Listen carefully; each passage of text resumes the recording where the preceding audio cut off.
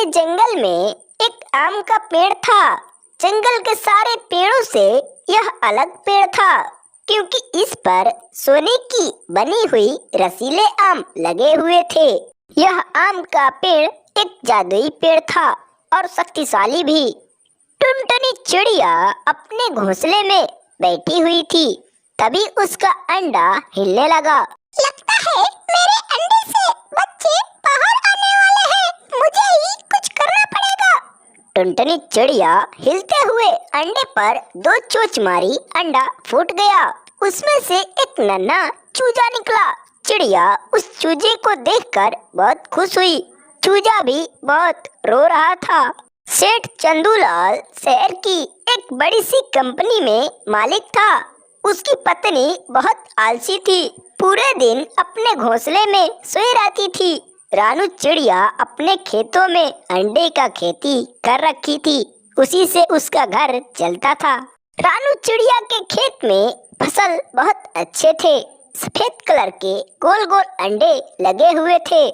कुछ देर बाद शाम हो जाने पर सभी पक्षी एक एक करके अपने घर आए।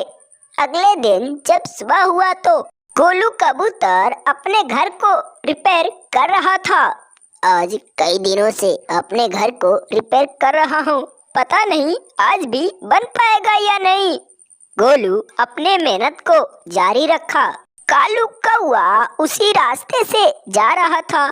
सोने का पेड़ देखा तो कहा कि अरे इतने अच्छे पेड़ मैं कभी नहीं देखा, और सोने का फल, इनको बेचकर मैं खूब सारा पैसा कमा सकता हूँ। कालू कौआ बहुत लालची था। टुनटुनी नन्हे से बच्चे को उड़ना सिखा रही थी तो उसको प्यास लगा। एक पेड़ पर जा बैठा। चिड़िया भी आई। माँ, मुझको बहुत तेज से प्यास लगी है, प्लीज मुझको पानी लाओ, नहीं तो मैं यहाँ से नहीं जा पाऊंगी। इसकी भोली माँ नटखटी आवाज सुनकर पानी लाने चल पड़ी। रास्ते में कहीं भी तालाब नहीं दिखा। आगे इधर रानू चिड़िया अपने खेतों में फसल देखने जा रही थी। टुनटुनी के बच्चे को देखी। अरे ये छोटा बच्चा किसका है और इस पेड़ पर छोड़कर कहाँ गया? रानू को देखकर बच्चा तब तक उसकी माँ आ गई। बहन, तुम इतना छोटे बच्चे को छोड़कर कहाँ गई थी?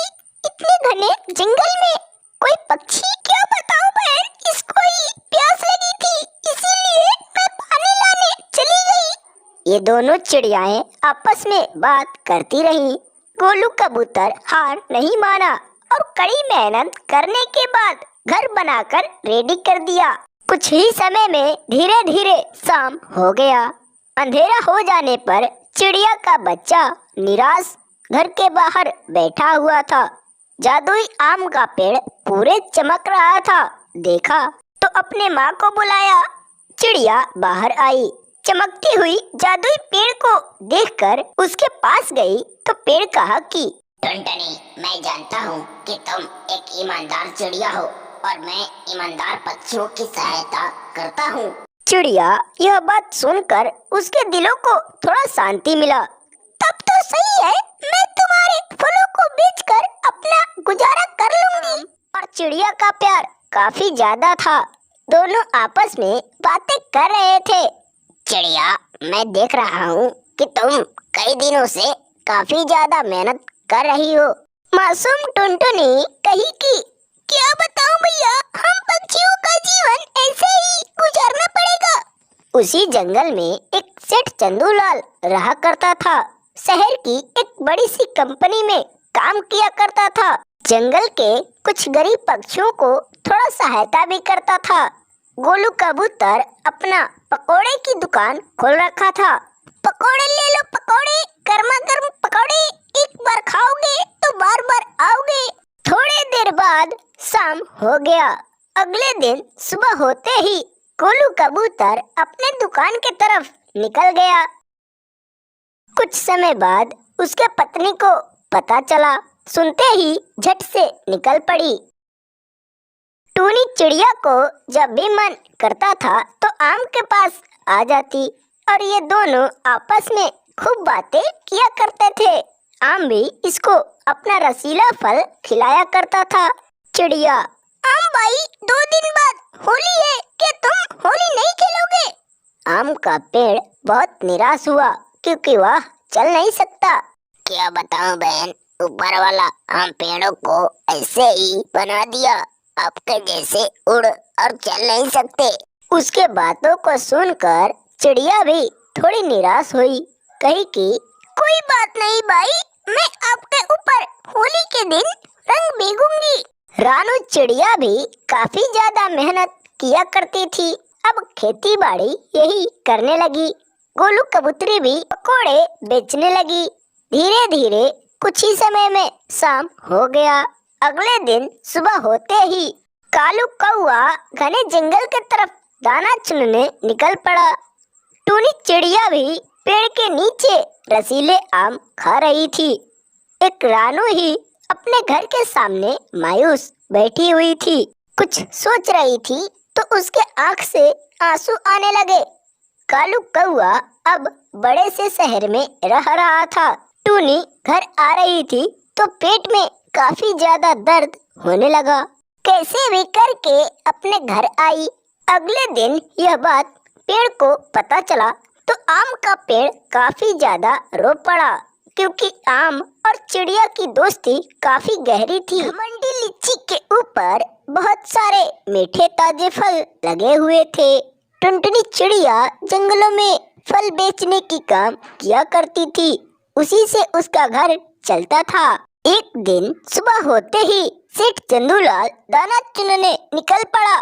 देखा लीची का पेड़ तो बहुत फरा हुआ था, मीठे ताजे फल लगे हुए थे।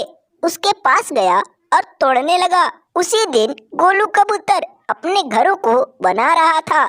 उसकी पत्नी जंगल से सूखी लकड़ियां ढो रही थी। टुनटुनी टोकरियां लेकर जंगल के तरफ चल पड़ी। कालू कौआ उसको देखा तो कहा कि ओ टुनटुनी बहन, आओ तो इधर, मुझको लेना है। चिड़िया उसके पास गई। उसके ठीक सामने रानू चिड़िया का घर था। चिड़िया अपने घोंसले में 2 अंडा दी थी। रोने की आवाज सुनकर बाहर आई, देखी तो टुनटुनी थी। उसके पास गई और बोली कि ओ बहन, तुमको क्या हुआ? अपना दुख मुझसे बताओ।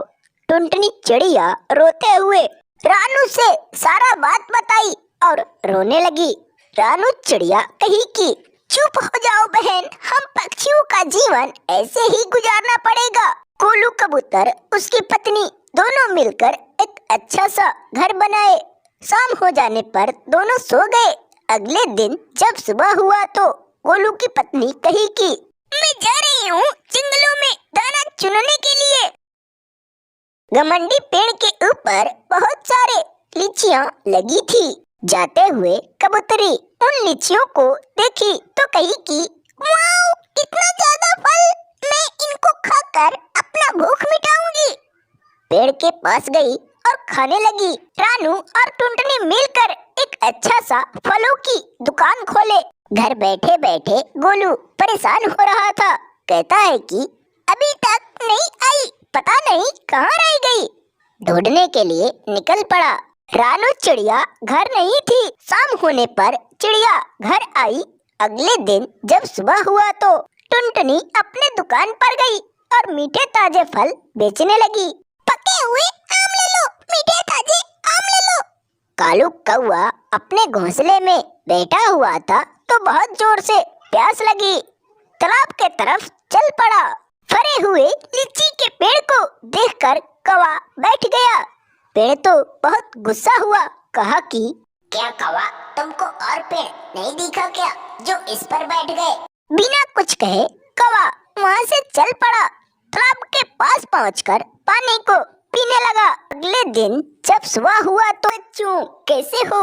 अगर आपको हमारी यह वीडियो पसंद आया तो प्लीज हमारे इस वीडियो को एक लाइक जरूर करो और ऐसे ही टूनी चिड़िया की कहानी देखने के लिए हमारे इस चैनल को जरूर सब्सक्राइब करो। पूरी वीडियो देखने के लिए आपको धन्यवाद।